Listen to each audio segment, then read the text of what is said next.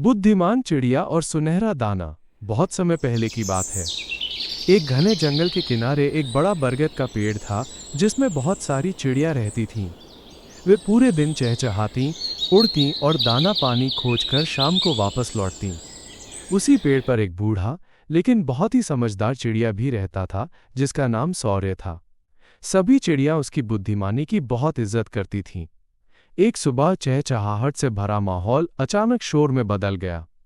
एक जवान चिड़िया चिरक ने जंगल के किनारे एक चमकता हुआ सुनहरा दाना खोज निकाला था।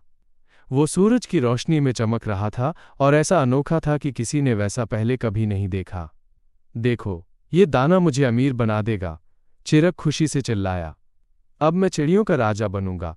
बाकी चिड़ियां इकट्ठा हो गईं। कुछ कहने लगीं कि ये आकाश का वरदान है, तो कुछ डर रही थीं कि ये मनुष्यों का कोई जाल ना हो। लेकिन चिरक किसी की बात सुनने को तैयार नहीं था। ये मैंने पाया है और ये मेरा है। सौर्य नीचे उतरा और दाने को ध्यान से देखा। वो बोला, ये दाना सुंदर तो है, लेकिन इसके पीछे क्या छुपा है ये जानना जरूरी है। कभी कभी चमकती चीजें धोखा भी होती हैं। चिरक ने तिरस्कार से कहा, तुम बस जल रहे हो बूढ़े, तुम इसे अपने लिए चाहते हो। सौर्य चुप रहा, लेकिन चिड़ियों में बहस शुरू हो गई। कुछ चिरक के साथ हो गईं और कुछ सौर्य के पक्ष में रहीं। इस तरह पहले एकजुट झुंड दो भागों में बंट गया। अगले दिन चिरक ने सुनहरे दाने को एक खोखले तने में छुपा दिया और उसके चारों ओर घोंसला बना लिया। अब न वो और न ही उसके साथी भोजन की तलाश में जाते। वे बस उस दाने को निहारते रहते और सपने देखते रहते, ऐशो आराम और रुतबे के। वहीं सौर्य और उसके साथी रोज की तरह परिश्रम करते, दाना जुटाते और एक दूसरे की मदद करते। एक रात जब सब सो रहे थे, एक जंगली बिल्ली ने पेड़ के पास सरसराहट की। उसे चिड़ियों की गंध और दाने की चमक ने खींच लिया था। चांदनी में वो दाना झलक रहा था।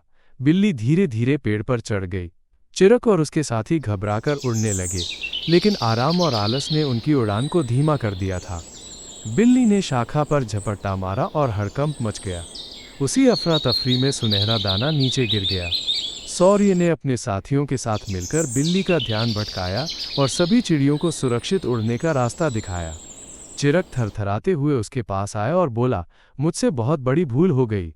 मैंने लोभ और घमंड में सब कुछ खो दिया।